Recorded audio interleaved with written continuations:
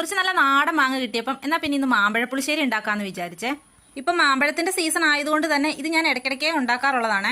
കറി വെച്ചാൽ ഞാൻ ലിജഹേട്ടന് മാത്രമേ കൂട്ടാനുണ്ടാവുള്ളൂ. അല്ലാതെ ഇങ്ങനെ ഉറിഞ്ച് കുടിക്കാനായിട്ട് 3 പേർക്കും ഭയങ്കര ഇഷ്ടമാണ്. ഞാനിങ്ങനെ തൊലിയൊക്കെ പൊളിച്ച് ഇങ്ങനെ കൊടുക്കും. കാരണം അതിനകത്ത് പുഴു എന്തെങ്കിലുമൊക്കെ ഉണ്ടെങ്കിൽ നമുക്ക് അറിയാൻ പറ്റത്തില്ലല്ലോ. ഇപ്പൊ കിട്ടിയ മാമ്പഴം എല്ലാം കൂടി കഴുകി വൃത്തിയാക്കി തൊലിയെല്ലാം കളഞ്ഞ് ഞാനൊരു ചട്ടിക്കകത്തേക്ക് എടുത്തിട്ടിട്ടുണ്ട്. 5-6 എണ്ണം ഉള്ളൂ കേട്ടോ ആകെ. ഇനി ഇത് കുറച്ച് ഉപ്പും മഞ്ഞപ്പൊടിയും മുളക് പൊടിയും വെള്ളവും കൂടി ഒഴിച്ച് അടുപ്പത്തേക്ക് വെച്ചൊന്ന് വേവിച്ചെടുക്കും. ഇതുപോലെ തന്നെയാണോ മാമ്പഴ പുളിശ്ശേരി വെക്കുന്നതെന്നൊന്നും എനിക്കറിയില്ല. ഞാൻ എപ്പോഴും ഈ രീതിക്ക് തന്നെയാണ് വെക്കുന്നത്. ഈ മാങ്ങയുടെയൊക്കെ സീസൺ ആയിട്ടുണ്ടെങ്കിൽ ഒരു 3-4 എണ്ണം കിട്ടിയാലും ഞാൻ ഈ കറി വെക്കും. കാരണം ഞങ്ങൾക്ക് അത്രയ്ക്ക് ഇഷ്ടമാണ് ഈ കറിയെ.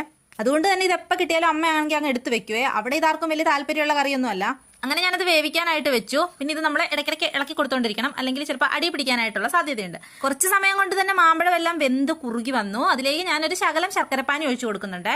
ഇനി ഈ ശർക്കരപ്പാനിക്കകത്തും കൂടി കിടന്ന് നല്ലപോലെ അതൊന്ന് കുറുകി വരണേ. അപ്പൊ ആ സമയം കൊണ്ട് നമുക്കൊരു അരപ്പ് തയ്യാറാക്കണം. ഈ അരപ്പ് തയ്യാറാക്കാനായിട്ട് നമുക്ക് അധികം സാധനങ്ങളുടെ ഒന്നും ആവശ്യമില്ല.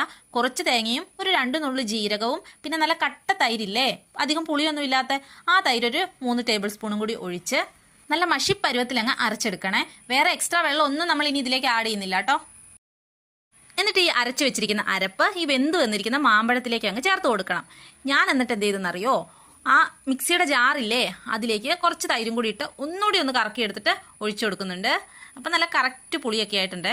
ഇനി ഈ അരപ്പും അധികം തിളച്ചു മറിയാനായിട്ടൊന്നും നിൽക്കണ്ട, ഒന്ന് നല്ല പോലെ ചൂടായി വന്നാൽ മതിയാകും. ഇനി നമ്മുടെ പുളിശ്ശേരിയുടെ ഫൈനൽ സ്റ്റേജായ വറുത്തിടലാണ്. അതിനായിട്ട് ഞാൻ ഒരു ചെറിയ ചട്ടിയിലേക്ക് വെളിച്ചെണ്ണ ഒഴിച്ച് എണ്ണ ചൂടായി കഴിയുമ്പോഴേക്കും അതിലേക്ക് ഉലുവിട്ട് പൊട്ടിച്ച് കടുകും കൂടെ ഇട്ട് പിന്നെ ഒരു 2-3 വറ്റൽമുളകും കറിവേപ്പിലയും കൂടി ഇട്ടിട്ട് നല്ലപോലെ അതെല്ലാം ചൂടായി വരുമ്പോഴേക്കും നമ്മൾ ഈ റെഡിയാക്കി വെച്ചിരിക്കുന്ന മാമ്പഴ പുളിശ്ശേരിയിലേക്ക് ഇതങ്ങെടുത്ത് തട്ടും. അപ്പോഴാണ് അതിൻ്റെ യഥാർത്ഥ ഒരു ഫ്ലേവറൊക്കെ വരുന്നത്. നമ്മുടെ ഈ കല്യാണ സദ്യയുടെ ഒക്കെ കൂടെ കിട്ടുന്ന ഒരു മധുരക്കറി ഇല്ലേ, ആ കറിയൊക്കെ ഇഷ്ടപ്പെടുന്നവർക്ക് ഇങ്ങനെ വെക്കുന്നതും ഇഷ്ടപ്പെടുവേ. അപ്പോൾ എല്ലാവരും തീർച്ചയായിട്ടും ഉണ്ടാക്കി നോക്കണം. മറ്റൊരു വീഡിയോ ആയിട്ട് കാണുന്നത് വരെ tata bye bye, see U.